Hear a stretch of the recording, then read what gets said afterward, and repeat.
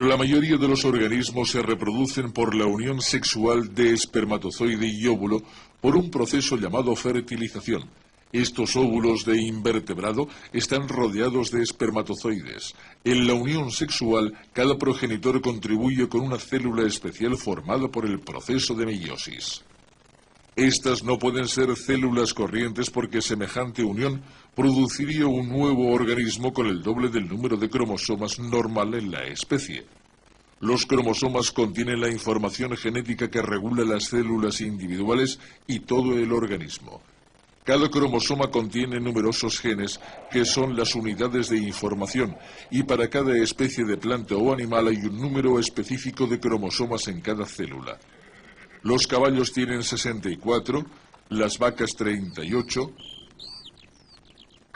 los gatos también 38, las moscas 8 y los seres humanos 46.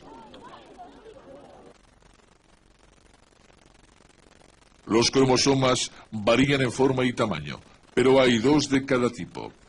Están formando parejas. Los miembros de cada par contienen información similar pero no idéntica. Son homólogos. Todas las células de los organismos superiores, menos las reproductoras, tienen cromosomas homólogos. Son diploides. Las células reproductoras, los gametos, son diferentes. Contienen solo la mitad del número total de cromosomas de cada par. Estas células son haploides. Los gametos se producen en los órganos reproductores de machos y hembras. Cuando un gameto de macho, o sea, un espermatozoide, se une con un gameto de hembra, un óvulo, el proceso se llama fertilización y se produce un óvulo fertilizado, un cigoto. Esta nueva célula es diploide porque tiene cromosomas homólogos, un conjunto del padre y otro de la madre. El cigoto se multiplicará por división celular, crecerá y se convertirá en adulto. Los cromosomas pueden hacer copias de sí mismos.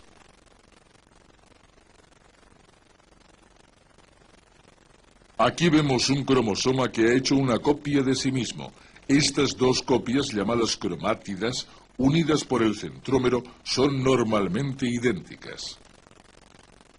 Este es un par homólogo. 2 cromosomas similares compuestos por 2 cromátidas idénticas. Los gametos se producen en un tipo de división celular en que el número normal de cromosomas se reduce a la mitad. Esta división celular se llama meiosis. Cada gameto acaba teniendo una copia de uno de los cromosomas de cada par.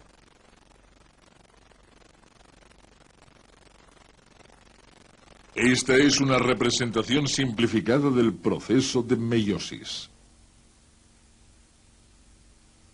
Fuera del núcleo de la célula hay un centriolo. El centriolo se divide y los 2 centriolos resultantes se separan. La materia del núcleo se enrolla formando cromosomas visibles.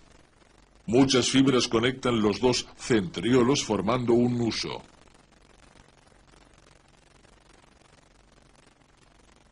Los pares homólogos de cromosomas se alinean en el centro de la célula. Los cromosomas se separan cuando la célula se divide en 2. En cada célula hay un cromosoma de cada par homólogo. Los cromosomas se desenrollan cuando las células se preparan para volver a dividirse.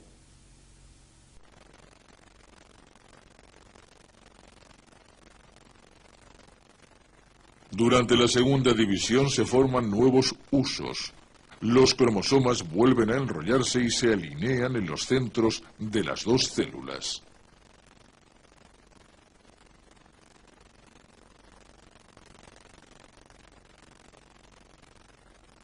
Las cromátidas se separan por escisión de los centrómeros y forman los gametos individuales. Se han producido 4 gametos. Cada gameto es haploide. Tiene la mitad de cromosomas que la célula original.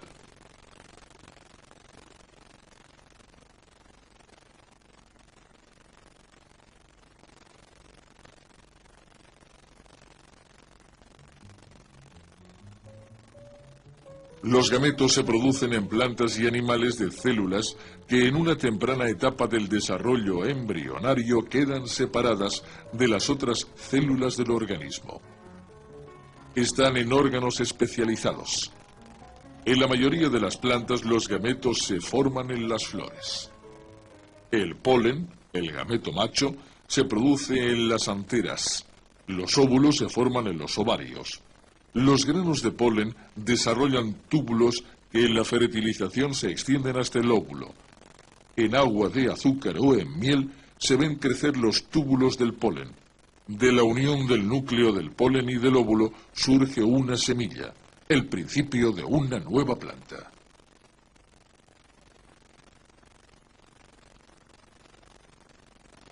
En los animales, incluidos los seres humanos, la gametogénesis o producción de gametos tiene lugar en las gónadas. Los machos forman espermatozoides y las hembras óvulos. La meiosis es un proceso continuo, pero por conveniencia se estudia en una serie de sucesos separados. Al prepararse la célula para la meiosis, los cromosomas se hacen gradualmente visibles. Ello se debe a que las largas fibras de los cromosomas se enrollan varias veces sobre sí mismas, cobrando espesor.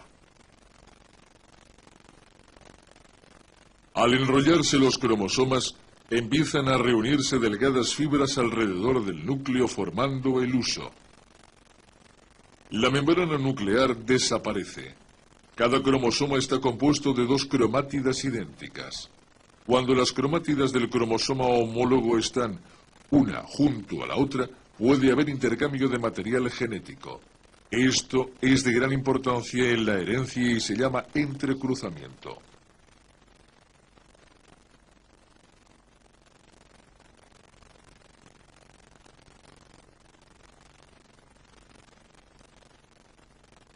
Los cromosomas homólogos se alinean a cada lado de un plano ecuatorial imaginario.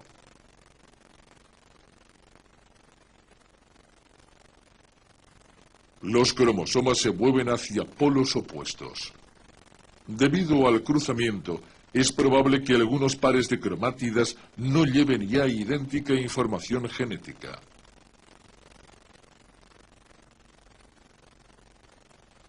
Al llegar los cromosomas a los polos opuestos, empiezan a formarse alrededor de ellos nuevas membranas nucleares y los cromosomas se desenrollan.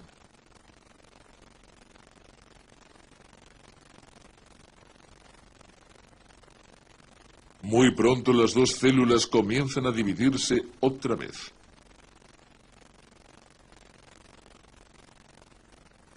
Los cromosomas se enrollan y se alinean junto a un nuevo plano ecuatorial que está en ángulo recto respecto al primero.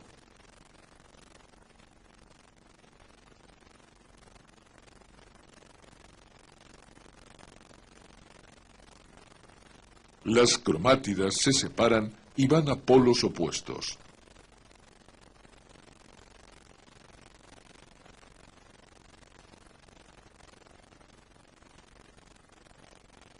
Como resultado, hay dos nuevas células y cada una es haploide. Se han formado por meiosis de una célula diploide. Se forman sus núcleos y se desarrollan nuevas membranas nucleares. El óvulo y el espermatozoide se producen en procesos ligeramente distintos. En muchas especies, incluida la humana, muchas más células de los machos que de las hembras sufren la meiosis. Puede haber presentes hasta 300 millones de espermatozoides de una vez. En los hombres, la meiosis de una célula sexual diploide forma 4 espermatozoides haploides. En las mujeres, solo una de las nuevas células madurará, originando un óvulo, mientras que las otras 3 degeneran. Durante la vida de una mujer se producen unos 400 óvulos, con un promedio de 1 al mes durante los años de fecundidad. Desde el punto de vista hereditario es importante recordar que aunque las nuevas células tienen muchos genes en común, cada célula es única. Cada una contiene diferente combinación de información genética. ¿Cómo ocurre esto?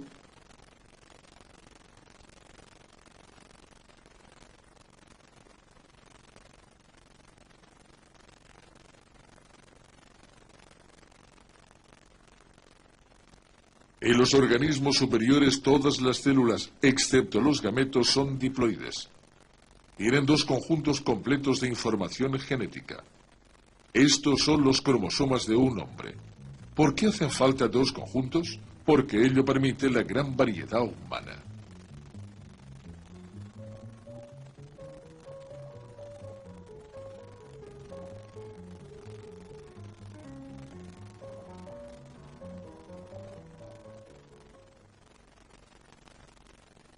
Para comprender el porqué de esto, hay que entender que estos conjuntos complementarios de información están en los cromosomas homólogos. Cada cromosoma tiene genes, que son las unidades de información. Cada gene está en un lugar especial del cromosoma. En los cromosomas homólogos, los genes que codifican lo mismo, como el color de los ojos, están en lugares equivalentes. Estos genes codifican lo mismo, pero no son necesariamente idénticos. Uno puede codificar ojos negros y, aunque el gene equivalente también codifica el color de los ojos, puede codificar ojos azules. Ya hay cierta variedad de información genética. Al comenzar la meiosis, cuando los cromosomas homólogos se emparejan, se sobreponen y pueden adherirse en algún punto. Luego, al separarse, tiene lugar el entrecruzamiento. Pueden intercambiarse ciertos segmentos y haber intercambio de material genético. Al proseguir la meiosis, quedan segregados estos nuevos conjuntos de genes. Así, hay un intercambio de genes, una redistribución de conjuntos de información genética entre las 4 células haploides, los gametos. ¿Qué conjunto de información genética va a cada gameto? Es una cuestión de azar. Cuando ocurre la fertilización, la unión de un gameto macho con uno hembra, los genes que aporta cada gameto se reúnen en nuevas combinaciones. Basándonos en este conocimiento de la genética, usamos la reproducción selectiva para cambiar y mejorar las cosechas con que satisfacer la creciente necesidad de alimentos en un mundo en constante aumento de población.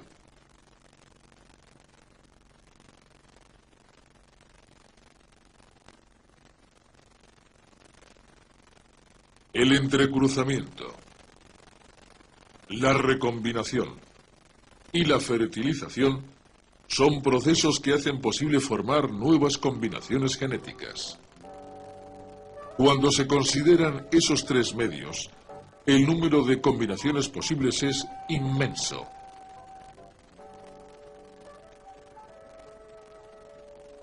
Es tan grande que en cada fertilización se crean organismos únicos, verdaderos seres individuales que son similares, pero nunca idénticos a otros miembros de su especie.